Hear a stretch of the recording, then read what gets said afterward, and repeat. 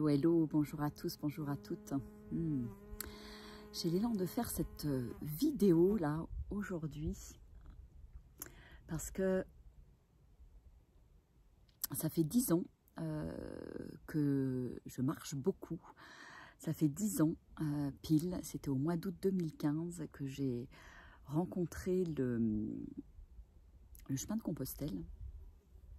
Et là, 10 ans après, je suis encore en train de marcher au mois d'août sur le GR10, la traversée des Pyrénées. Et j'ai là derrière moi le Vignemale à 3200 mètres d'altitude. Je suis montée sur le petit Vignemale qu'on voit juste là à côté, voilà, à un peu plus de 3000. Et moi, je mesure tout le chemin parcouru depuis 10 ans en fait. Je me rends compte à quel point la marche m'a transformée en fait. À quel point elle m'a permis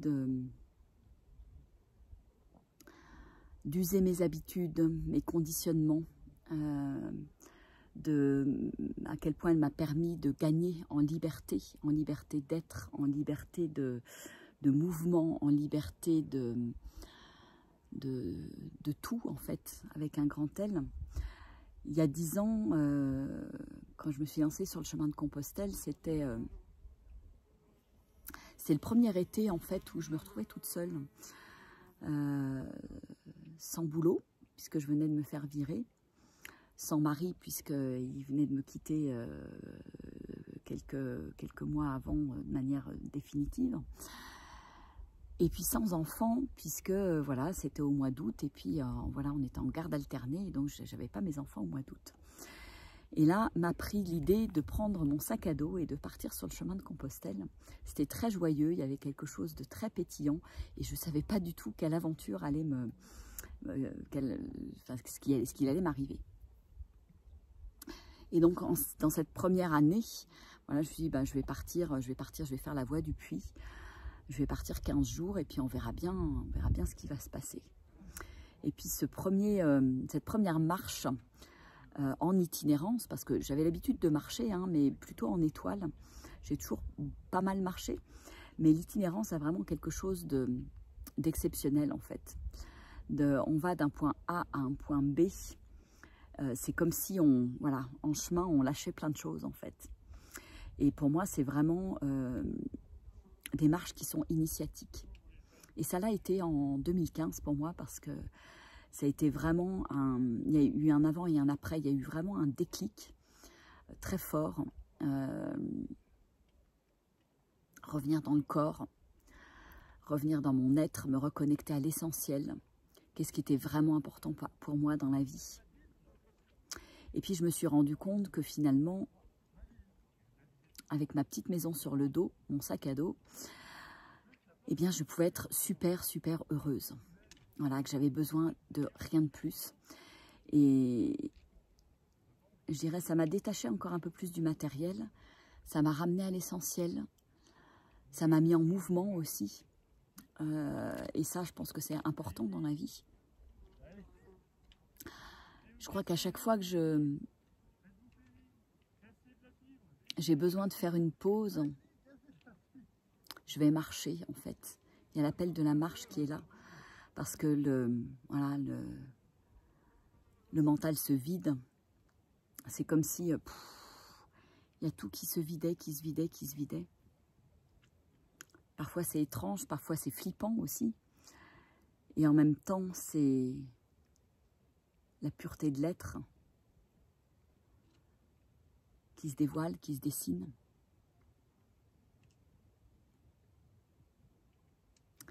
Et puis cette première expérience, ça a été aussi une profonde reconnexion à la nature. Comme si depuis des années, je m'en étais complètement détachée. Où j'y allais, voilà, de temps en temps, faire des balades.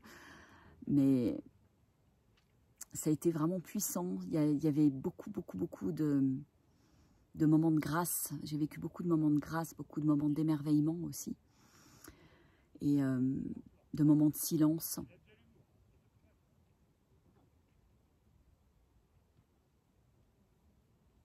Et puis ce chemin et la nature m'ont confrontée aussi. Ça a été initiatique parce que c'est la première fois que je partais toute seule avec mon sac à dos. Je veux dire en balade, hein, parce que autrement je l'ai fait autour du monde. Mais toute seule dans la nature, en sac à dos. Alors certes, à cette époque-là, j'étais encore dans des gîtes. Hein, voilà, on y va pas après pas. Donc je réservais. C'est la première année, je réservais la veille pour le lendemain ou le jour même pour le soir. Après, je me suis mis à plus du tout réserver pour faire confiance complètement à la Providence. Et en même temps, c'est un vrai cheminement de juste faire confiance que tout est pour le mieux, que tout est parfait et que la Providence pourvoit en fait. Et donc ce chemin initiatique, oui, c'était très initiatique pour moi parce que je n'avais jamais osé avant aller me balader seule en nature, seule en forêt. Et je me suis retrouvée dans des moments, mais vraiment, voilà, qui m'ont permis en fait de me confronter à mes peurs, tout simplement, et de les dépasser. Et je me rappellerai toujours de cette arrivée à Rocamadour, puisque j'ai terminé à Rocamadour, mes 15 jours de marche. Et ça se termine par les gorges de l'Alzou. Et je suis arrivée dans ces gorges, il était 7h30 du matin, c'était sombre, il y avait limite un peu de brouillard. Il n'y avait personne. Et il fallait bien que je traverse ces gorges pour aller jusqu'à Rocamadour. Et donc j'ai pris sur moi, parce que voilà, il y avait beaucoup de peur qui remontait. J'ai l'impression d'être dans Harry Potter, quoi. Je descendais dans une forêt, dans des gorges, donc ça devenait de plus en plus sombre. Et puis il y avait les traces d'un ancien moulin, donc des escaliers en ferraille, le corbeau qui passe en croissant. Enfin bon, c'était vraiment digne d'un film. Et mon mental le psychotait, j'avais peur en fait, hein, j'avais peur. Et le fait de traverser ça, de le traverser seul, d'arriver ensuite, voilà, sur l'arrivée après sur Rocamadour, tout d'un coup, le chemin s'ouvre, le chemin devient de plus en plus lumineux et on arrive avec la vue sur le sanctuaire. Et là, waouh, je l'ai vécu vraiment comme une renaissance, comme un passage dans le vagin, en fait, hein, complètement. Et cette arrivée à Rocamadour a été exceptionnelle. Je suis arrivée, j'ai monté les 300 marches et quelques pour aller jusqu'à la chapelle de la Vierge Noire. Et là, j'ai posé mon sac et il y a un jeune homme que j'avais rencontré quelques jours auparavant qui était là, déjà assis dans l'église pour la célébration du jour à 11 h, qui me fait signe et de venir à côté de lui. Et là, je m'assois et je pleure. Comme si, voilà, c'était mon arrivée là-bas. Et c'était très fort, vraiment très très fort. Comme si j'avais laissé aussi derrière moi plein de choses, plein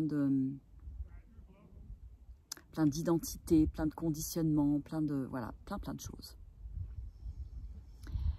Et donc cette première marche a été vraiment initiatique, ça a été un point de bascule pour moi parce que évidemment j'y suis retournée, je suis retournée marcher. J'ai continué le chemin. J'y suis retournée plusieurs fois 15 jours, seule. J'ai emmené aussi mes enfants avec qui j'ai partagé des moments absolument magiques et extraordinaires, même si au début ils n'étaient pas très d'accord pour venir avec moi, parce que c'était au moment où ils étaient ados. Ils avaient entre 10 et 15 ans.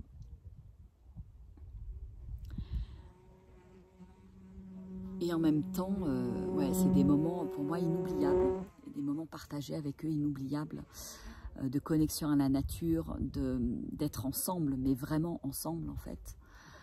Des moments de joie, des moments de rire, de pleurs, de j'en ai marre, de waouh, c'est merveilleux, des rencontres aussi. Et ce chemin en fait de Compostelle, je crois, il m'a marqué profondément.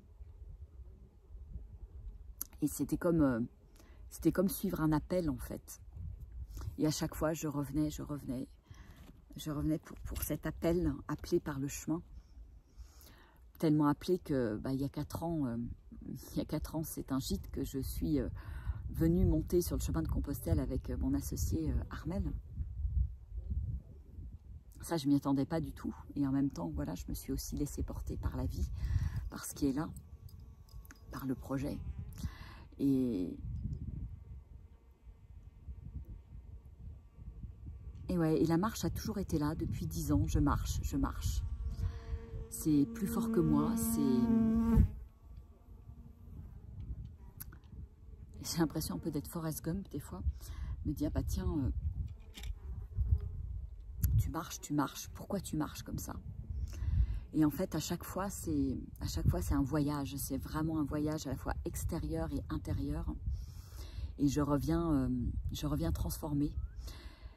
Quand je marche seule, quand je marche aussi, voilà, j'ai emmené des groupes aussi, marcher. Et là, c'est encore, voilà, c'est encore une autre aventure de marcher en groupe.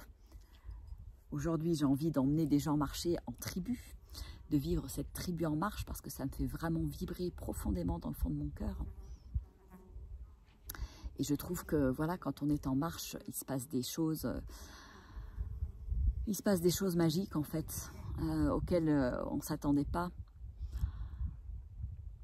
On vit des expériences magiques, on vit des miracles.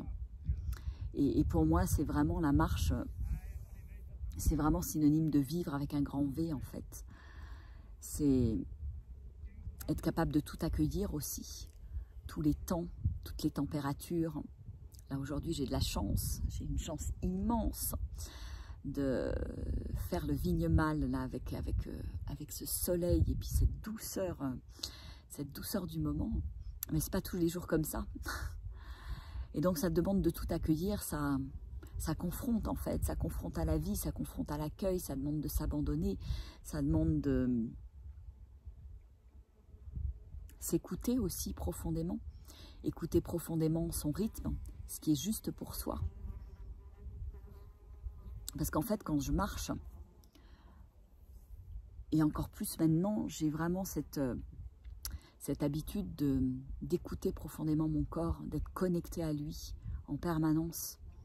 Et ce qui me permet d'être le plus souvent possible dans l'instant présent et d'écouter ce qui est juste, d'écouter mon rythme, de ne pas forcer, m'arrêter quand j'ai besoin de m'arrêter. Il n'y a pas d'objectif en fait, il n'y a pas de... Je marche, c'est une marche au long cours et je m'arrête quand j'ai envie de m'arrêter. Et ça, c'est encore plus facile depuis que j'ai franchi le cap du bivouac. C'était il y a 3 ans. J'avais peur aussi. J'avais très peur du bivouac, faire du bivouac toute seule. J'en avais fait du bivouac, mais jamais toute seule. Une fois avec ma fille, une fois avec des amis. J'en avais fait avec mon ex-mari. Mais y aller toute seule, c'était encore une autre paire de manches. Et donc, j'ai franchi cette nouvelle étape et ça a encore agrandi ma zone de confort. Ma zone de liberté. Et oui, les premières fois, j'ai eu peur. Et je pense que c'est normal. Voilà, on nous dit que la nature, c'est dangereux, qu'il faut faire attention, etc. Et certes, voilà, on ne dort pas n'importe où, mais quel bonheur de découvrir ça. Et donc, j'ai découvert la première fois, je suis partie 15 jours. C'était sur le chemin de Saint-Guilhem. Comme de toute façon, c'était... voilà, les gîtes, il y en avait très peu par rapport au chemin de Compostelle. Et très vite blindé. Donc moi, comme mon principe, c'est de ne pas réserver, de ne pas m'embêter à réserver. Je n'ai pas envie de me prendre la tête avec ça. Et j'ai envie de cet espace de liberté tout le temps. Et donc je suis partie avec ma tante. Et là, paf, nouveau saut, nouvelle révélation. Ça a été magique, magique, magique. Et je me rends compte, là aussi, du chemin parcouru, parce que j'ai fait ces premiers 15 jours, après quelques 3-4 jours par-ci, par-là. L'année dernière, j'ai fait 1 mois sur le GR10 en bivouac. Et cette année, je repars et voilà, il n'y a plus de peur. Il n'y a plus de peur, ça devient naturel, c'est comme une évidence, en fait. Et waouh, je me dis, c'est top, c'est top. C'est top parce que maintenant, avec mon sac, je peux partir n'importe où. Je peux gravir des montagnes des torrents, des rivières, des continents. Et mon corps suit.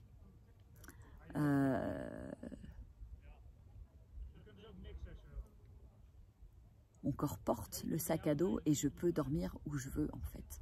Et ça, c'est waouh, extraordinaire. Et depuis 10 ans, et là, j'ai fait des milliers et des milliers de kilomètres.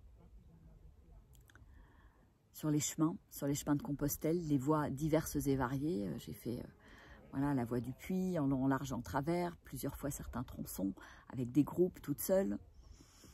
J'ai fait la voie d'Arles aussi, la voie du Piémont, celle qui est proche des Pyrénées. J'ai fait le Camino Frances, le Camino del Norte, le Primitivo, le Camino portugais. Je suis descendue jusqu'à Fatima. Enfin voilà, je sillonne, je marche. Je marche parce que pour moi, la marche, c'est le mouvement et c'est la vie. Et c'est quelque chose que j'ai envie de partager en fait.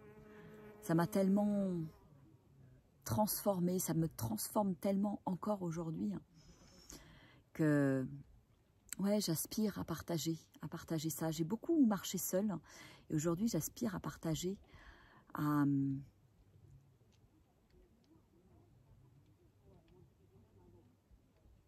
partager ces moments d'émerveillement, à partager les moments, les joies, les peines, parce qu'il y a, voilà, il y a des moments qui ne sont pas faciles non plus. Hein. Mais pour moi, c'est vraiment, on est au cœur de l'essentiel en fait dans la marche. Et de la vie, et du vivant, et connecté aux éléments, connecté au vivant, profondément. Voilà, donc c'est quelque chose qui me touche.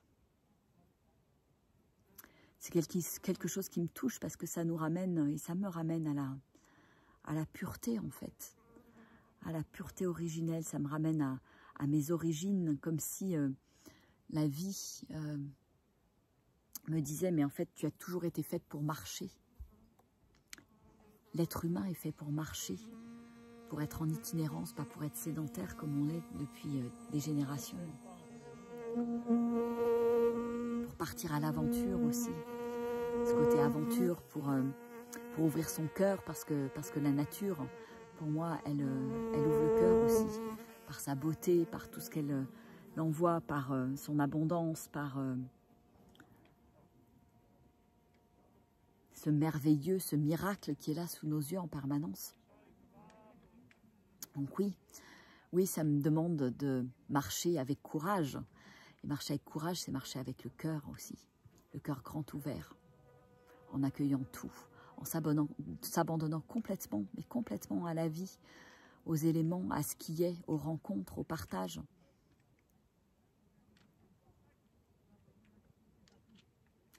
C'est marcher en ayant toujours le petit cœur ouvert et puis jamais le refermer.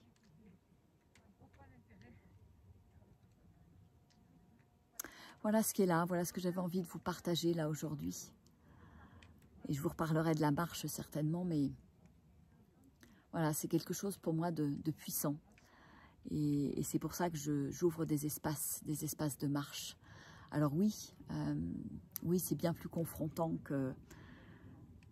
qu'un stage ou que quelque chose où on est posé à un endroit, parce que toutes nos habitudes sont bouleversées en fait. On n'a pas le choix. C'est brut, c'est vivant. Mais c'est la vie et c'est le vivant. Voilà, je vous fais des gros bisous. Ciao, ciao, au revoir.